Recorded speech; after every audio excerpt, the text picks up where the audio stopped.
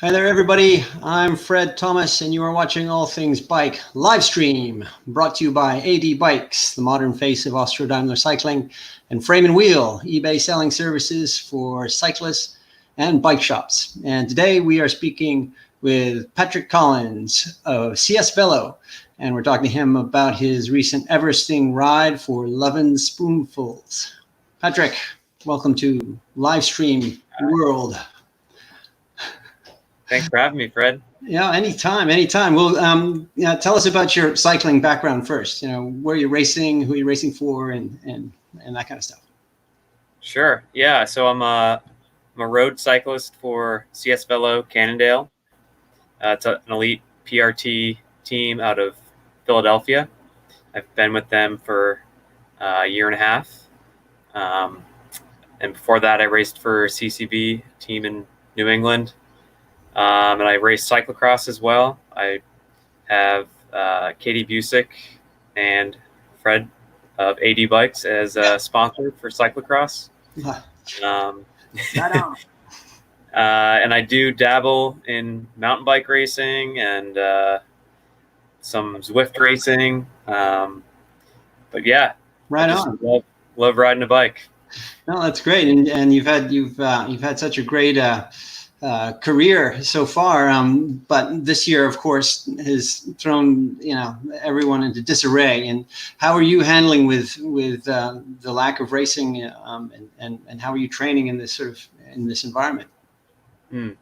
Yeah, so of course there's no racing to be had at the moment, but I do still have that competitive drive and desire to challenge myself. So yeah, I have taken part in some virtual racing on Zwift. Yeah. Project Echelon, another domestic elite road team. They've been organizing some races that other pro teams across the world have joined in and competed. So it's been pretty fun, actually, surprisingly fun. I've never done Zwift before this year, so it was a learning experience at first, but I've done, a handful of races, and it's been real fun. And it's a good way to connect with your teammates and competitors. So that's been fun. Yeah, that's fascinating. I mean, how does that work? I mean, if it's a road race, I mean, do they have you on the trainer for 3 hours or 4 hours, or is it shorter? And I mean, yeah, I can't imagine how it's shorter. Yeah, we're not on the trainer for 3 hours. The races usually range from about 45 minutes to an hour and a half, but very intense. You're usually not pedaling less than tempo pace, so it's really demanding. It's kind of like a sweet spot workout with VO2 max intervals thrown in. But it's fun. No, that's great. Highly productive. But I guess every now and then you gotta get out. And and what I've noticed on Strava anyways is the Everesting has become popular, but I've also seen more and more just extreme rides. People ride 150, 175, 200, and so Ted King has got the record for 310 miles across the. I mean, do you think that's happening because everybody's getting tired of the trainer? Yeah, well, people are just looking for challenges, I think, and setting goals, and having those big rides in the future, something to look forward to is important. So I've been doing some big endurance rides on the weekend, not quite to the length of Ted King's Trans Vermont ride. You gotta have help for that. Yeah, so big endurance rides on the weekends are fun, and I do that a lot. I've been doing a lot of mountain biking as well, just exploring new trails, new roads, rediscovering why I like to ride bikes in general. So no, that's great. Well, we'll just give everyone a sense of what Everesting is. I mean, I think cyclists know what it is, but what is it really? So Everesting is where you climb the vertical height of Mount Everest within one ride. So Mount Everest is 8,848 meters, or around 30,000 feet. Right. And so you can pick any hill you want, and you basically have to do repeats until you get that magical 8848. So yeah, it can take a long time. Yeah, sure can. I mean, are there any rules to it? I mean, yes. Yeah, I read about Lachlan Morton did it, and somehow it wasn't official, so you had to do it again. But right, yeah, he came up just short of the 8848. So that's one of the reasons why I did an extra lap of my hill for my effort, just to make sure that I got enough meters. Wow. But yeah, so the rules are, there's a minimum 8,848 meters you have to climb. You have to do it on one hill, so you can't do multiple climbs in one ride. Right. It has to be the same climb, and you have to turn around at the bottom and top at the same points each time. Right. So you can't turn around midway on one descent and then go all the way down the next time. You have to do the same segment every time. You just put a cone in the roads or whatever, some chalk or something. Yeah, or you just pick out a telephone pole and turn around there every time. And then can you use any kind of bike? Yep, you can do any kind of bike, any type of surface. You can do, gravel climb. Yeah. And there's no time, cut off or anything? No, I think the rule is that you can't sleep. All right. You can take a break. So you can't like, if you're just suddenly really out of gas, you're not allowed to take a 15-minute break or something. You can take breaks and get off the bike, but you can't have a nap. Yeah, I guess the rule is that you can't, go to sleep for a couple hours and come back at it. Oh man! And the time, your official time is based on elapsed time, not moving time. So if you take a minute break to pee or refill a water bottle, that counts towards your time. Right. Well, I see. Yeah, I get it. Yeah. Well, the remarkable thing is that none of this would be possible without Strava and well, maybe or I mean, it wouldn't be the sensation that it is without Strava and the computer. So the great thing about this service that we're using here is that we can actually take a look at your Strava stats. Let's see. Let's see that Strava stats. Is it picking up yet? Yeah, there it is. It's up. So I'm going to zoom in and then we can just take a quick look. You're seeing that? Yep. All right. I mean, I'm just going to run through some of these numbers off the top, and then it'll be really interesting to hear about what was going through your head as you did all of this. So you went 94 miles. It took you 9 hours and 30 minutes, and you cracked the elevation requirement, 29,000, almost 30,000 feet. And your heart rate on average was 150 beats per minute with 189 as a max. I mean, I would have just fallen right off the bike if something like that happened to me. 9,700 calories. So that's like, I don't know how many Belgian waffles that is, but it's quite a few. And then, but here's the startling thing. So this, it's actually the hill that you chose is in upstate New York.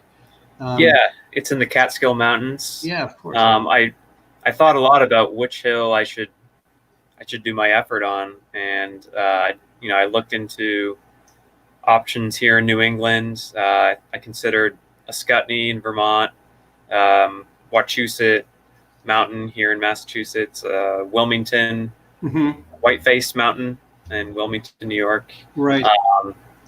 But they all seemed a bit. Those drawbacks to each, like a lot were too curvy. You'd have to do a lot of braking on the descents. Oh yeah. Time there, or the climb wasn't steady enough. It would be, flat, and you don't want to waste time on a flat when you're focusing on climbing. So I found this hill just by chance, I guess, and it looked really straight, really steep, and it had that ideal like 15 to 20 minute climb effort followed by 2 to 3 minute descent recovery period, which is physiologically pretty ideal for this type of effort. Really? So but then it had a very steep section too, right? Right. That was unexpected. Oh, right. I reconned the climb the day before, and I discovered that the climb was not as steady as I was hoping. Right. It was more pitchy, right. and the steep pitches were steep. They were 20%. Oh gosh. So even with I put some special gears on my bike. I put a 28 tooth chain ring by, and I had a 30 tooth cassette. So I had a less than a 1-to-1 ratio for my easiest gearing, and still I was grinding up those steep sections at 60 revolutions per minute, paper boying. So well, yeah. So you really need that kind of gearing into this, because just looking at this is the most remarkable sort of profile I've seen on Strava. Yeah, the sawtooth. The sawtooth, exactly. And so you started off, 10 minutes. It took you 10 minutes on the first one, and then it went to 11 minutes. You did most of them at 11 minutes and change, and then I guess towards the end, you suddenly went through 12 minutes, and then 13 minutes, and then 15 minutes, and what? I felt good for the first half. I think I did start out a bit too hard on the first couple laps. Right. I was excited. I had a friend come with me, and he was there, so and I was feeling really good, so I just kind of went with it. But so the first 4 or so hours felt really good, and the time flew by. Right. I was on track to finish, in just over 8 hours, and that was close to the world record a few months ago. So I was very happy until Contador came along. But then I just my body started to reject the effort that I'd put in, and I was getting a bit dehydrated. The temperature was increasing. Yeah. And I hit that around, I think, 5 hours. I hit that moment so I talked to a lot of my friends who had done Everesting before me. Yeah. And, they say, a caloric deficit is inevitable for this type of effort. Sure. Yeah. And it's just a matter of when your body, hits that moment of it cannot process the amount of food that you need to continue going. Yeah. So I hit that moment around 5 hours, and I just really slowed down from there to the finish, and it was a grueling crawl to the finish. Did you have anyone cheering you on? Your father was there, right? But that was it would have been impossible without my dad there. He was at the top. He was stationed at the top, and he had a cooler with a bunch of bottles, bunch of food. Every lap I would tell him what I wanted. He would give it to me, and then he'd stuff ice socks down my jersey. And oh man, as I was riding up the hill, so he was running along beside me, giving me hand ups and cheering me on. So wow, yeah, that's after a while. Yeah, and was he holding up this big board here? Well, that board was, I could see it. So he was tallying off the laps. Yeah. Just so I could see how many I had done so far. And he wrote that. Yeah, it's hard to keep track, you're in no position to try and keep counting. You're just getting tired and more tired. So you really do need someone, doing support. Wow. Here's your bike. So there's your it's almost Mount Washington gearing. Yeah, actually that's exactly where it came from. My coach, Graham Garber, mailed me that, and he used that for Mount Washington. So yeah, no, and I mean, when I did Mount Washington, you know, I had the same thing, and I thought, I'll never need that 34, 32. Within the first mile, you're already run out of gears, but here, this is the Instagram post that you've got gives you a sense of what it looks like. Yeah, that's the farm that was at the kind of in the middle of the climb. So that was an exposed section. There was no shaded. Oh, right. So, but there was some shade on the climb. I'd say half of it was exposed, half of it was shaded. Yeah. The road was really narrow. Yeah. But it was a quiet rural road in the Catskills. I probably saw, 4 or 5 cars, maybe 4 or 5 motorcycles. Yeah. Now wondering what on earth you're doing. And, so the farmer came out and you lost. He asked me, he was like, what are you doing? I was like, I'm climbing Mount Everest today. Right on. He said, how many times you going up? I said, I think about 30 times. He said, wow, that's pretty crazy. Yeah, I know. I mean, it's a pretty visceral and extraordinary thing. I mean, I'm sure he's talking about it. This guy was out front and climbing up and down the hill, because it puts the effort into a context a lot of people can relate to. By the way, National Geographic has a whole feature on Everest, which is it just gives you a great idea of how difficult it is to go up Mount Everest, whether you're climbing the real thing or doing the 29,000 feet on a bike. But he was probably wondering really why you were doing it, and you had a good reason to do it. Tell us about Lovin Spoonfuls. Yeah, so this is probably my favorite nonprofit here in Massachusetts. So this is an organization that recovers fresh and healthy, wholesome produce from vendors like grocery stores, and it delivers it to other nonprofit agencies across the state. So, and this is food that would otherwise have gone to waste. A lot of people don't know that, just for cosmetic reasons or for, best by dates, that perfectly good food is being wasted at alarming rates across the world. So this organization just really hits two birds with one stone. Really, it's saving this food from contributing to climate change, and it's feeding people that would otherwise be hungry and food insecure. Yeah, and especially now in the pandemic environment that we're in, there are a lot of people who are suddenly, out of work and looking around and facing food insecurity. And that's great. And how did you? You've heard of them through the Massachusetts network. Right, and actually, a fellow Clark alumni. I went to Clark University in Worcester. Oh, and cool. So someone from my program, I studied environmental science and policy for my master's degree, and a fellow who was in the same program as me is a development officer there. So he works there, and I actually went out there to meet their whole operations there in Boston. So it was pretty cool.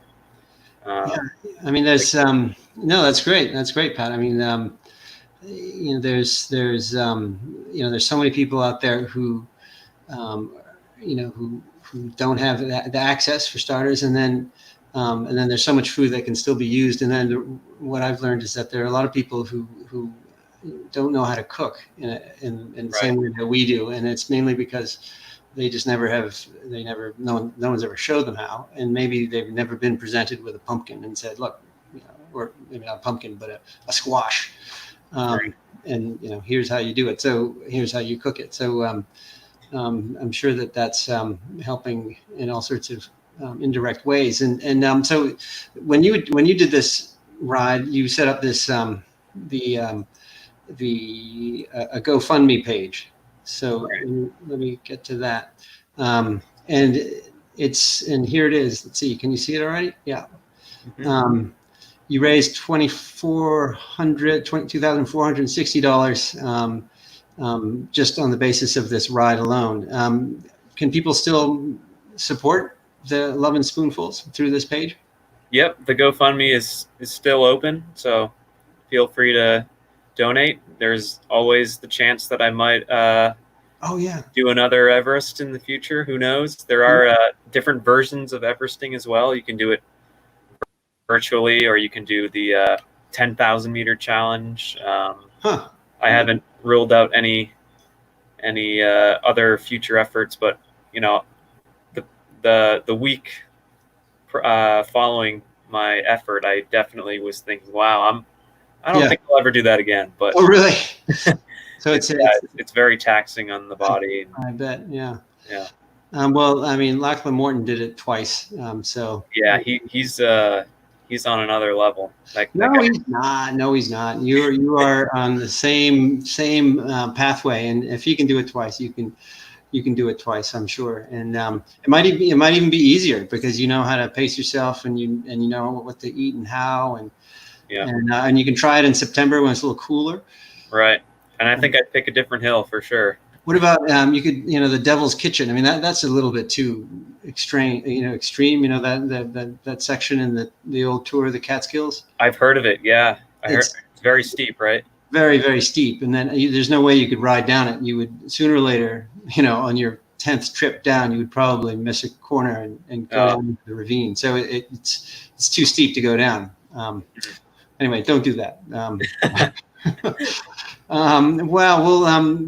That's great, Patrick. Let's see. What are your plans for the rest of the year? I mean, you may do another Everest, but are there any races or any big rides coming up that you got in mind? So for racing, I honestly don't know. Races after races have been canceled. The USA Crits calendar just recently announced that all of their races are canceled for the rest of the year. There's a few races that are holding out. The Gateway, the Criterium weekend is saying that they're going to try to have something, and then also Joe Martin stage race might have a Criterium later in the year, but I don't know. Yeah. I'm hoping I can maybe do some cyclocross races. That would be ideal. I think USA Cycling. I think didn't they cancel most of the nationals events, but the only thing that wasn't was cyclocross nationals because they it might be a season. I guess it's outdoors, but it's a bit more socially distanced than road racing. Right. And it gets Well, I mean, fingers crossed. It would be. I don't know. It may just be a thing where it's 2021, but right. In the meantime, it's good to have some kind of objective. And have you got a plan to like do the Pan Mass Challenge in a day or something like that, or an extreme ride? Nothing concrete, but I would definitely like to do something like that. Maybe bike packing or a long weekend. Just riding all day for 3 hours. But I have been working on a recent project trying to organize a virtual race. So I've been talking to a few Pro Road Tour races that have been canceled this year on the East Coast that are kind of like a hometown races for our team, CS Velo. So I'm working on creating those virtual races for later in the summer. So hopefully we can do that. Great. It might work, and because all of those event rides, the Trek Across Maine is a good example. A lot of those events have gone entirely virtual, and people. I mean, they're not exactly the same thing, but the people who constantly participate in them had no trouble just sort of going virtual. They joined the Strava club, and I mean, I guess if it's a race, they'll all have to get onto Zwift. But all the organizers are saying it was remarkably smooth transition, and that they do want to get out there and participate in those kinds of events. So I hope it works out, and please let me know. And that's great, Patrick. Well, don't stop pedaling. 2021 for sure. Right. The season will start up again. Mm-hmm. And it'll be great to see you out there. Yeah, I will never stop pedaling. That's for sure. No, that's great. That's great. It's good to see you. Thanks for clicking on for this, and we'll be looking out for Everest Part 2. All right. Thanks for having me, Fred. You bet. Talk to you soon. Bye now. Bye.